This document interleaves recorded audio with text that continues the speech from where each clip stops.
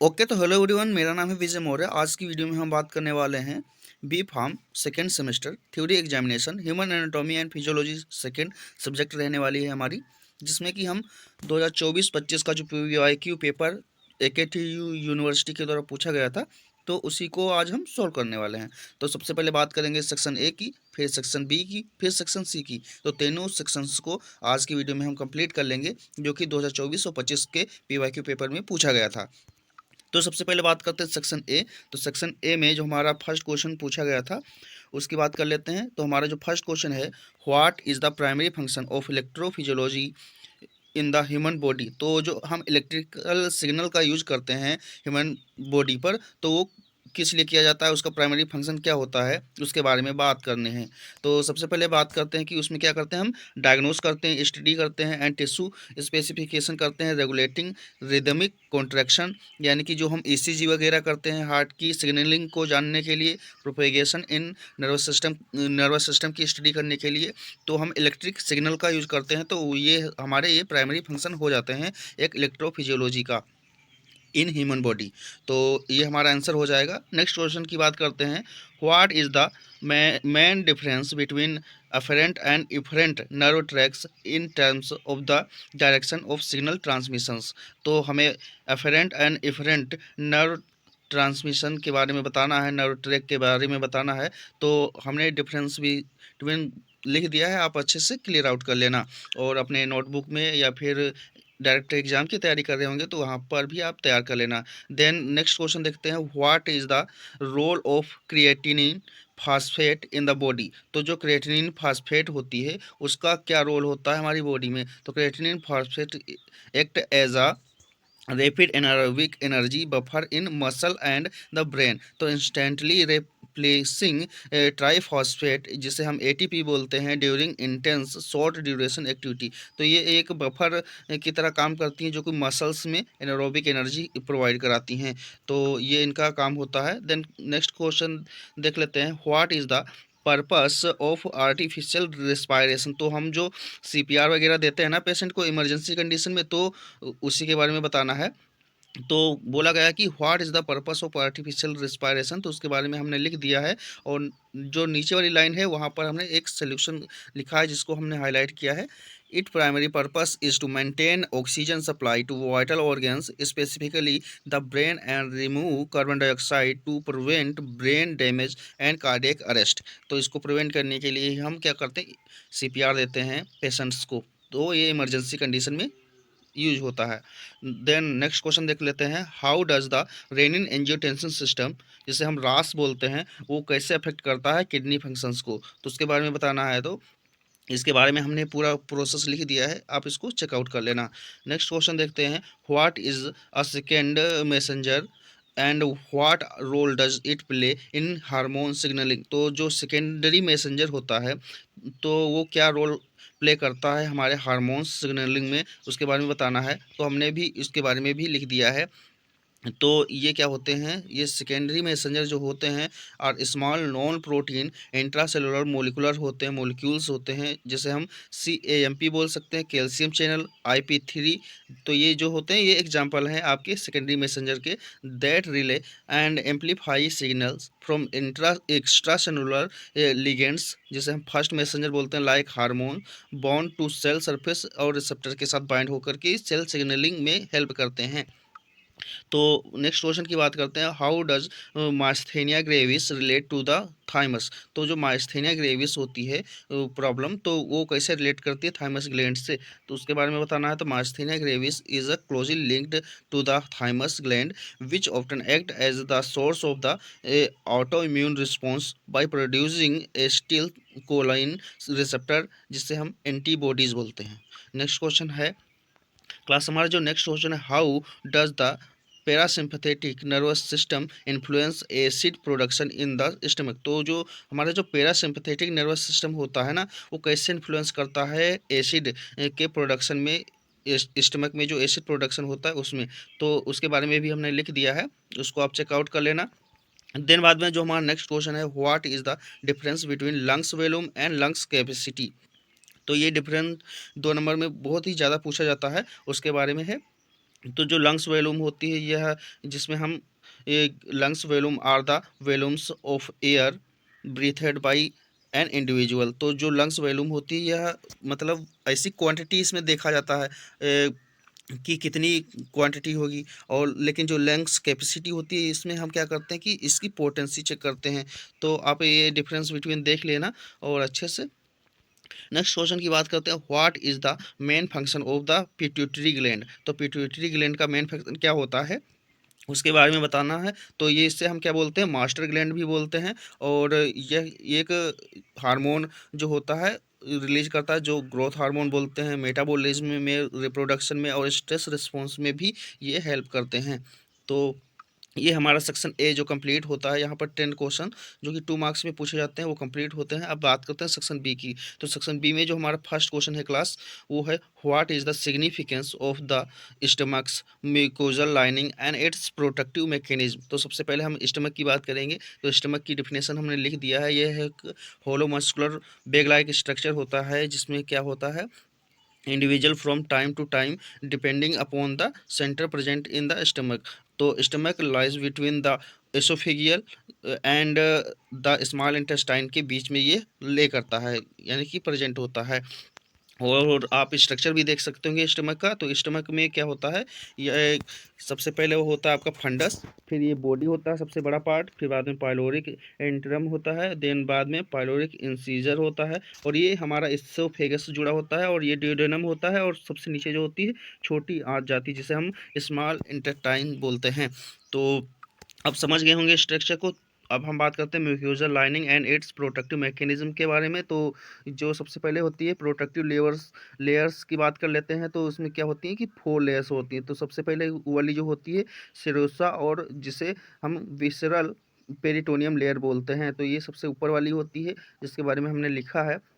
तो outer most layer होती है, फिर बाद में मसल लेयर होती है, मसल लेयर उसके बारे में भी हमने लिख दिया है। थर्ड जो है सब म्यूकोसा एंड म्यूकोसल लेयर। तो ये इसमें दोनों की डेफिनेशन हमने लिख दी है, और ये चारों आपकी जो हो गई यहाँ पर लेयर्स। अब बात करते हैं प्रोटेक्टिव मैकेनिज्म की। तो प्रोटेक्टिव मैकेनिज्म में म्यूकस बाइकार्बोनेट्स बैरियर होते हैं जो कि प्रोटेक्ट करते हैं एसिड के, मतलब अगर ज़्यादा हो जाता है हमारे स्टमक में तो उसको कैसे मैनेज करेंगे, या फिर कम हो गया तो कैसे मैनेज करेंगे। तो म्यूकस बाइकार्बोनेट्स बैरियर होते हैं, वो हेल्प करते हैं। सेलुलर इंटीग्रिटी होती है उस, वो जो होती है रैपिड रिन्यूअल, यानी कि अपने आप से ही क्या होता है कि यहाँ पर आप देखिए, the lining has a high turnover rate with surface cell replace every 3 to 6 days. तो 3 to 6 डेज में अपने आप ही रिपेयर हो जाती है। ये इनके में एक नेचुरल प्रॉपर्टी होती है।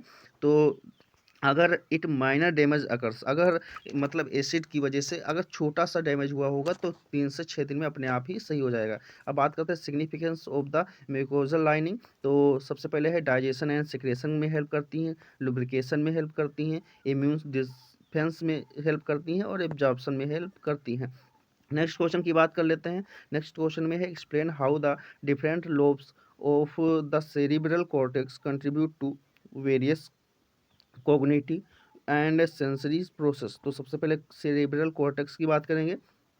Cerebral cortex is the outer layer of neural tissue that occur the cerebrum. तो सेरिब्रम के जो ऊपरी वाला पार्ट होता है ना, ये कवरिंग होती है ब्रेन की, समझ लीजिए। तो उसे हम बोलते हैं सेरिब्रल कॉर्टेक्स।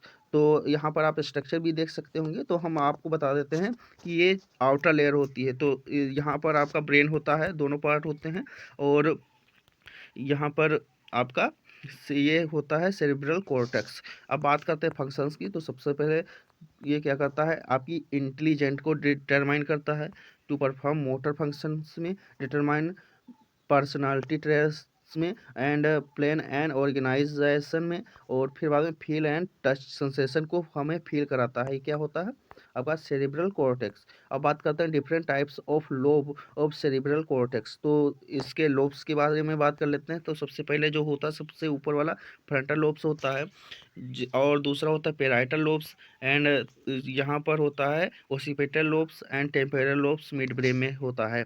अब बात कर लेते हैं इनके बारे में। इन चारों लोब्स के, तो इनके बारे में हमने डेफिनेशन लिख दी है और आप उसको देख लीजिए, उसका फंक्शन भी लिख दिया है। देन है पैराइटल लोब्स, जिसे हम सेंसरी इंटीग्रेशन या फिर स्पेस बोलते हैं, तो इसके बारे में भी हमने फंक्शन लिख दिया। थर्ड जो है टेम्पोरल लोब, जिसे ऑडिटरी प्रोसेसिंग एंड मेमोरी वाला पार्ट बोलते हैं, तो इसके बारे में भी हमने फंक्शन लिख दिया है। देन है ओसिपेटल लोब्स, जो कि विजुअल प्रोसेसिंग करता है, और उसके बारे में भी हमने फंक्शन लिख दिया है।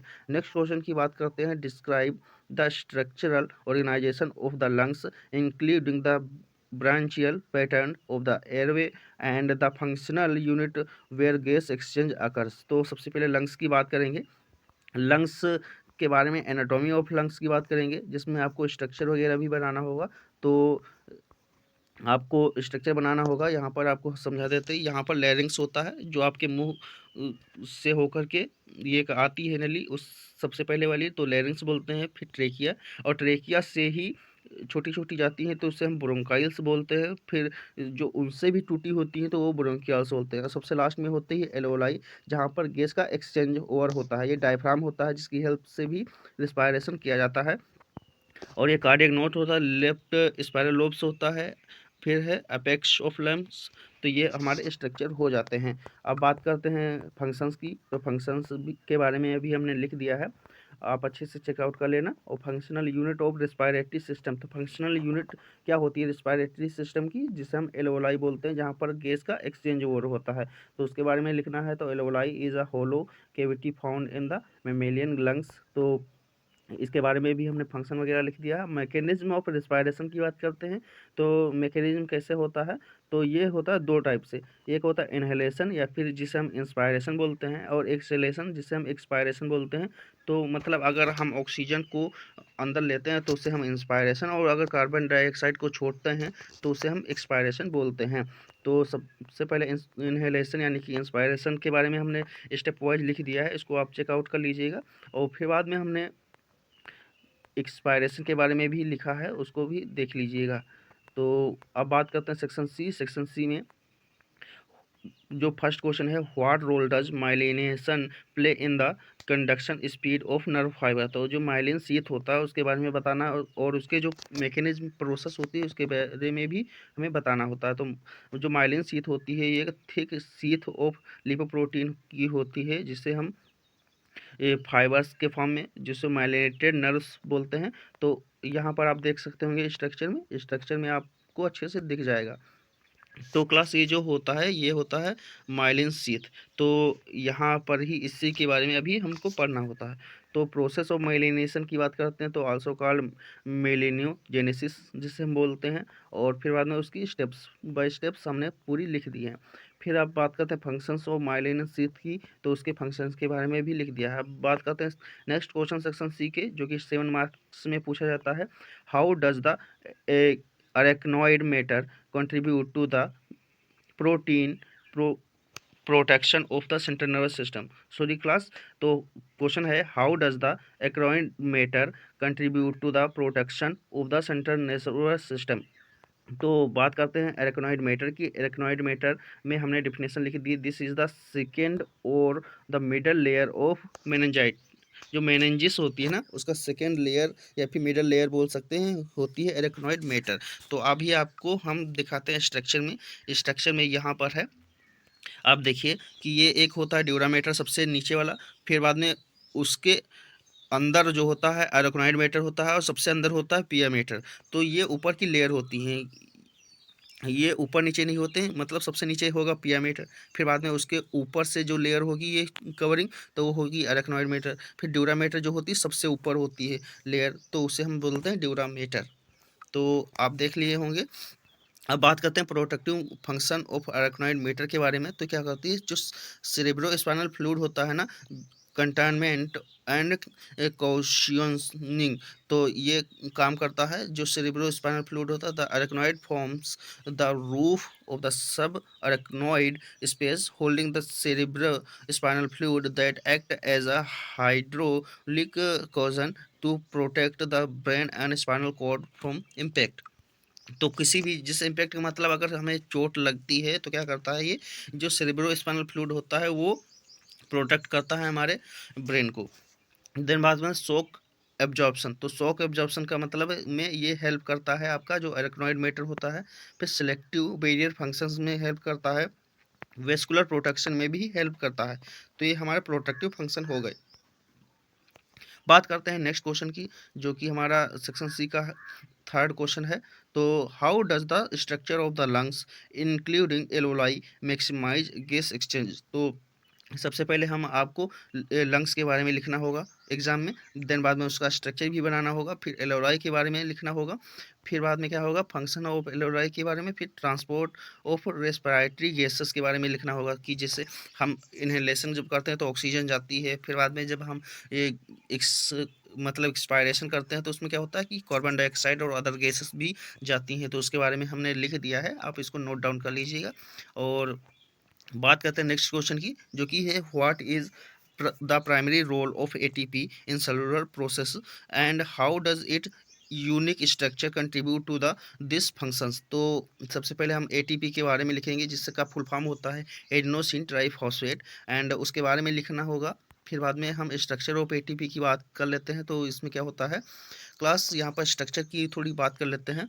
तो ये होता है ट्राईफॉस्फेट, यहाँ पर 3 फास्फेट होते हैं। देन बाद में राइबोस शुगर होती है, यहाँ पर एडेनिन होती है। तो इन तीनों के कंपोजिशन से ही हमें क्या मिलती है एटीपी। तो फंक्शंस की बात करते हैं तो एक्टिव ट्रांसपोर्ट में हेल्प करती है, मैकेनिकल वर्क में हेल्प करती है, फिर केमिकल वर्क जिसे हम बायोसिंथेसिस बोलते हैं, किसी चीज़ को बनाने में भी एटीपी का बहुत काम होता है, फिर सिग्नल ट्रांसडक्शन में हेल्प करती है। नेक्स्ट क्वेश्चन की बात कर लेते हैं, describe the gross anatomy of the urinary tract listing the major organs and their functions। तो ये सबसे पहले यूरिनरी सिस्टम की बात करनी है, फिर बाद में उसमें जो पार्ट्स होते हैं ऑर्गन्स होते हैं यूरिनरी सिस्टम्स में, उसके बारे में बात करेंगे। तो सबसे पहले यूरिनरी सिस्टम की बात करेंगे, और उसमें स्ट्रक्चर, हमारा जो स्ट्रक्चर है थोड़ा गड़बड़ टाइप का है। तो ये यहाँ पर 2 किडनीज हैं, और फिर बाद में यहाँ पर है यूरेटर जो कि पाइप होती है, फिर यूरेथ्रा यहाँ पर यूरिन स्टोर होती है, और यूरिनरी ब्लैडर जहाँ पर यूरिन स्टोर होती है, और यूरेथ्रा जो कि पेनिस की हेल्प से बाहर निकलती है। तो यह पूरा स्ट्रक्चर हो गया। तो अब उसी की बात करेंगे, एनाटॉमी ऑफ यूरिनरी ट्रैक्ट। तो सबसे पहले देख लेते हैं कि किडनी 2 पेयर्स में होती हैं, यानी कि हमारे 2 किडनी होती हैं। फिर पेयर्स ऑफ यूरेटर होते हैं, फिर बाद में ए यूरिनरी ब्लैडर। तो एक यूरिनरी ब्लैडर होता है, और एक यूरेथ्रा होती है जो कि कैरिंग करती है urine outside to the body. तो किडनी के बारे में हमने डेफिनेशन लिख दी, उसके फंक्शन के बारे में, यूरेटर के बारे में हमने लिख दिया, उसके फंक्शन के बारे में, फिर यूरिनरी ब्लैडर के बारे में हमने लिख दिया, फिर यूरेथ्रा के बारे में लिख दिया। तो यहाँ पर हमारा क्वेश्चन कंप्लीट होता है। नेक्स्ट क्वेश्चन की बात करते हैं, जो लास्ट का क्वेश्चन है, how does the thyroid gland contribute to the body overall metabolism and energy regulation. तो जो थायराइड ग्लैंड होती है वो कैसे कंट्रीब्यूट करती है हमारी बॉडी को रेगुलेट करने में, मेटाबॉलिज्म में और एनर्जी रेगुलेशन में। तो सबसे पहले थायराइड ग्लैंड की जो है डेफिनेशन लिखेंगे, फिर बाद में उसका स्ट्रक्चर भी लिखना होगा। तो स्ट्रक्चर में क्या होता है क्लास, ये हमारी जो थायराइड ग्लैंड होती है ना, उसी में हमारी 4 जो होती है पैराथायराइड ग्लैंड होती है। तो ये 1 2 3 और 4, यहाँ पर ये पैराथायराइड ग्लैंड है जिससे हम, और क्रिकॉइड ये है, थाइमस कार्टिलेज है यहाँ पर, और ये इस्थमस जो बीच वाला जो पार्ट होता है यहाँ से, जिसे हम इस्थमस बोलते हैं। और ये हमारी थायराइड ग्लैंड का पूरा स्ट्रक्चर हो गया। फिर बाद में उसके बारे में कुछ लिखा गया है, आप देख लीजिएगा।